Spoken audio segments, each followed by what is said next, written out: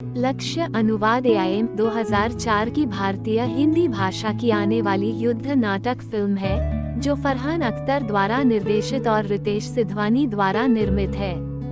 इसमें अमिताभ बच्चन, ऋतिक रोशन और प्रीति जिंटा मुख्य भूमिकाओं में हैं और बोमन ईरानी और अंजुला बेदी सहायक भूमिकाओं में हैं। 1999 के कारगिल युद्ध पर आधारित यह फिल्म दिल्ली के एक उद्देश्यहीन और आलसी लड़के करण शेरगिल के बारे में है, जो भारतीय सेना में शामिल होता है और अपनी प्रेमिका रोमिला दत्ता को उस पर गर्व करने के लिए खुद को एक सैनिक में बदल लेता है। 50वें फिल्मफेयर पुरस्कारों में लक्ष्य को सर्वश्रेष्ठ निर्देशक फरहान और सर्वश्रेष्ठ अभिनेता रोशन सहित 4 नामांकन प्राप्त हुए और 2 पुरस्कार जीते। सर्वश्रेष्ठ कोरियोग्राफी में ऐसा क्यों हूँ के लिए प्रभु देवा और सर्वश्रेष्ठ सिनेमेटोग्राफी। हालांकि यह बॉक्स ऑफिस पर ब्लॉकबस्टर नहीं रही, फिर भी फिल्म ने लोकप्रियता हासिल की। करण शेरगिल दिल्ली में रहने वाला एक लक्ष्यहीन अमीर लड़का है जिसके पास अपने भविष्य के लिए कोई योजना नहीं है। उनकी प्रेमिका रोमिला दत्ता उर्फ रोमी, जो एक महत्वाकांक्षी पत्रकार हैं, उन्हें ये समझाने की कोशिश करती हैं कि उन्हें जीवन में एक लक्ष्य रखने की जरूरत है। आखिरकार वह भारतीय सेना में शामिल होने के बारे में सोचता है जब उसके एक दोस्त ने ऐसा करने का फैसला किया। हालांकि उसके निर्णय के बारे में जानने पर उसके पिता उस पर भड़क उठते हैं। क्रोधित होकर वह अपने निर्णय पर कायम रहने का निर्णय लेता है। करण संयुक्त रक्षा सेवा परीक्षा देता है और देहरादून में भारतीय सैन्य अकादमी में चयनित हो जाता है। हालांकि उसके अनुशासन की कमी, अति आत्मविश्वास और आलस्य उसे जीवन के लिए अनुपयुक्त बना देता है। परेशान होकर वह अकादमी से भाग जाता है और उसे अपने माता पिता की उसके प्रति निम्न राय का सामना करने के लिए मजबूर होना पड़ता है। उसके निर्णय के कारण रोमी को अपनी पसंद का सम्मान न करने के कारण गुस्से में उससे संबंध विच्छेद करना पड़ा। तबाह होकर करण अंततः अपनी स्थिति से सहमत हो जाता है और भारतीय सैन्य अकादमी लौट आता है, अपनी सजा लेता है और एक केंद्रित और अनुशासित अधिकारी बन जाता है। 1 साल बाद वह लेफ्टिनेंट के रूप में भारतीय सेना में शामिल हो गए और पंजाब रेजिमेंट की 3री बटालियन में तैनात हो गए, जिसकी कमान कर्नल सुनील दामले के पास थी। बटालियन कारगिल, लद्दाख में तैनात है। करण छुट्टी पर दिल्ली लौटता है और यह जानकर दुखी हो जाता है कि रोमी अपने सहकर्मी से सगाई कर रही है। वह अपने माता पिता से भी मिलता है, लेकिन कारगिल में शत्रुता फैलने के कारण उसकी छुट्टियां कम हो जाती हैं। वह अपनी बटालियन में वापस रिपोर्ट करता है, जहां उसे कार्यवाहक कैप्टन के पद पर पदोन्नत किया जाता है। कर्नल दामले ने अधिकारियों को नवीनतम स्थिति के बारे में जानकारी दी और खुलासा किया कि कई घुसपैठियों ने पाकिस्तान से नियंत्रण रेखा LOC पार कर ली है और वर्तमान में सीमा के भारतीय हिस्से में पर्वत चोटियों की एक श्रृंखला पर कब्जा कर लिया है।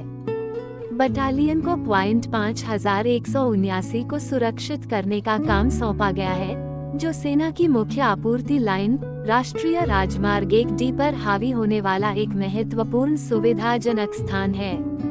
पहाड़ का उत्तरी किनारा LOC के पाकिस्तानी हिस्से पर है। पश्चिमी हिस्से में 1000 फुट ऊंची खड़ी चट्टान है और दक्षिणी हिस्से में 3 किलोमीटर खाली जमीन है, जिसमें कोई छत नहीं है। इसलिए बटालियन ने पहाड़ के पूर्वी हिस्से से हमला करने का फैसला किया। हमले का पहला भाग सफल है। बटालियन दुश्मन की स्क्रीनिंग इकाइयों को नष्ट कर देती है और करण को एक अन्य अधिकारी की जान बचाने में उसकी बहादुरी का हवाला दिया जाता है। इस बीच रोमी एक युद्ध संवाददाता के रूप में कारगिल में तैनात हो जाता है। रोमी कारगिल जाती है, जहां उसकी मुलाकात बदले हुए करण से होती है और युद्ध के बीच वह फिर से उससे प्यार करने लगती है। हालांकि करण उसकी भावनाओं को लौटाने के लिए अनिच्छुक रहता है, क्योंकि उसे अभी भी लगता है कि उसकी सगाई हो चुकी है। हमले के दूसरे चरण में बटालियन पहाड़ की चोटी पर हमला करती है, लेकिन पाकिस्तानियों के पास मौजूद रणनीतिक लाभ और भारी हथियारों के कारण उस पर कब्जा करने में विफल रहती है। यूनिट को भारी क्षति हुई है। ब्रिगेडियर पुरी ने कर्नल दामले को बुलाया और उन्हें चोटी पर कब्जा करने के लिए 48 घंटे का समय दिया। उस समय अवधि के बाद पॉइंट 5179 की जिम्मेदारी दूसरी बटालियन को दी जाएगी। इसके बाद कर्नल दामले ने 12 अधिकारियों और सैनिकों करण सहित के एक समूह को पहाड़ के पश्चिमी किनारे पर 1000 फुट ऊंची चट्टान पर चढ़ने और दुश्मन के गढ़ की तरफ जाने का आदेश दिया। उन्हें पूर्वी हिस्से से तोपखाने की सहायता प्रदान की जाएगी। करण को एहसास हुआ कि आखिरकार उसे चोटी पर कब्जा करने के रूप में अपना लक्ष्य मिल गया है। करण को रोमी की असफल सगाई के बारे में भी पता चलता है और वो उसके लिए अपनी भावनाओं को व्यक्त करता है। रोमी करण से वादा करती है कि वो उसका इंतजार करेगी चाहे वह वापस आए या नहीं। यूनिट अपने मिशन पर निकलती है और घास के मैदान से चट्टान की ओर बढ़ते समय वे आग की चपेट में आ जाते हैं। यूनिट को मैदान में एक पाकिस्तानी मोटा यूनिट मिलती है और उसे नष्ट कर देती है, लेकिन अपने कमांडिंग ऑफिसर और कई अन्य सैनिकों को खो देती है। टीम के रेडियो भी नष्ट हो गए हैं, इसलिए वे बटालियन मुख्यालय से संपर्क नहीं कर सकते हैं। आरंभिक 12 में से केवल 6 ही बचे हैं। वे मिशन को जारी रखने का निर्णय लेते हैं। वे सफलतापूर्वक चट्टान पर चढ़ते हैं और रात के दौरान पाकिस्तानी स्थिति पर हमला करते हैं। उनका हमला सफल रहा, हालांकि करण घायल हो गया और टीम ने 3 और लोगों को खो दिया। अगली सुबह करण लंगड़ाते हुए शिखर पर जाता है, जहां वह भारतीय ध्वज फहराता है और कर्नल दामले और सूबेदार मेजर प्रीतम सिंह को संकेत देते हुए आग लगाता है कि उन्होंने शिखर पर कब्जा कर लिया है।